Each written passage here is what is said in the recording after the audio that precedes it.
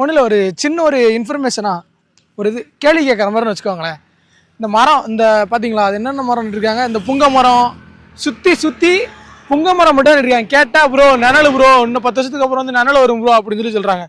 ஆனால் அந்த நிழலுக்கு போல இந்த புளிய மரமோ மாங்காய் மரம் எவ்வளோ இந்த கொய்யா மரம் இந்த மரம் வைக்கலாம்ல.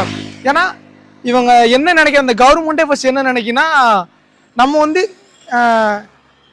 எப்படி சொல்ல உங்களுக்கு பர்ஃபெக்டாக சொல்லணும்னா, இப்போ இந்த நவாப்பழம் இந்த இளந்த பழம் சொல்லுவாங்கள்ல, இளந்த பழம் சாப்பிட்டா அவ்வளோ நல்லது, இதயத்துக்குலாம் அவ்வளோ நல்லது.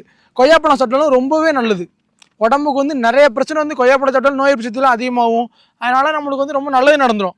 அப்போ வந்து அந்த மாதிரி நல்லதுலாம் நடந்துருச்சுன்னா, நம்மளே இந்த மாதிரி ஃப்ரூட்ஸ்லாம் சாப்பிட்டு நல்லது நடந்துருச்சுன்னா, இந்த கவர்மெண்ட் ஆஸ்பத்திரி இதுலாம் வந்து காசு போகாது, அவங்களாம் கரெக்டாக காசு போகாது.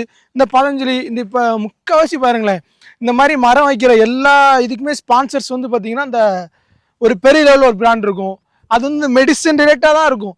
அந்த மாதிரி உள்ளவங்க மட்டும்தான் இந்த இதுக்கெல்லாம் ஸ்பான்சர் பண்ணி வச்சுருப்பாங்க. உடனே இந்த கவர்மெண்ட் வந்து அப்படியே ஏதோ நல்லது பண்ணுற மாதிரி மரத்தில் அப்படி நட்டி வச்சுருக்காங்க. ஆனால் உண்மை இதுக்கு பின்னாடி எல்லாருமே யோசிச்சு பார்த்தீங்கன்னா இதான் உண்மை.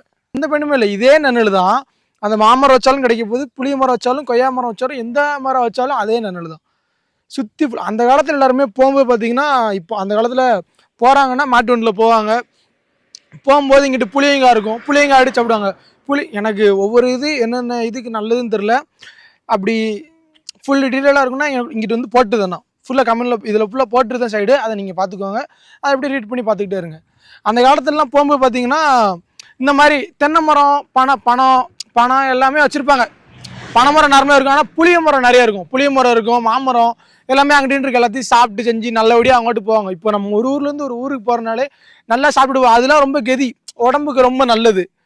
அந்த மரத்தடியில் அப்படி உட்காடுறது சேர்றது எல்லாமே ரொம்ப நல்லதுங்க. ஆனால் இவங்களாம் நம்ம இப்படி தான் இருக்கணும் அப்படின்னு சொல்லி நிறைய பேர் திணிச்சு. இங்கே பாருங்கள், அந்த ஒரு விளாத்திகுளம் டு எட்டயபுரம் போகிற ரோடு இது.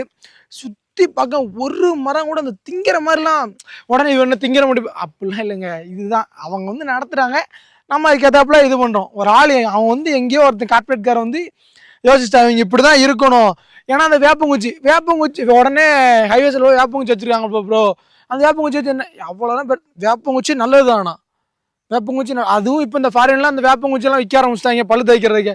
இன்னும் நம்ம ஊரில் கூட வேப்பங்குச்சா அப்படின்னு சொல்லிட்டு க்ளோஸ்அப்பும் அது வந்து டாப்ரெட் பேஸ்ட்டு இதெல்லாம் எடுத்துகிட்டு திரியிறோம். என்னத்தை சொல்ல, காலம் எங்கேயோ போய்கிட்டு இருக்குங்க.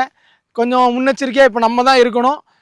நான் மெயினாக பேச வந்தது என்னென்னா, அந்த மரம், இந்த மரத்துக்கெல்லாம் பதிலாக ஒரு ஃப்ரூட்ஸ் மரம் எதுனாலும் வைக்கலாம், நிறையத்துக்கு நல்லது தானே. உண்மை நீங்கள் நல்லா யோசிச்சு பாருங்கள். இவங்க நம்மளை முட்டாளாக ஆக்கிட்டு இருக்காங்க. நம்ம காசு ஃபுல்லாகவே ஹாஸ்பிட்டல் மட்டும்தான் போகணும் இவங்க நினைக்கிறதெல்லாம். ஸோ திங்க் பண்ணுங்கள் மக்களே. பாய்.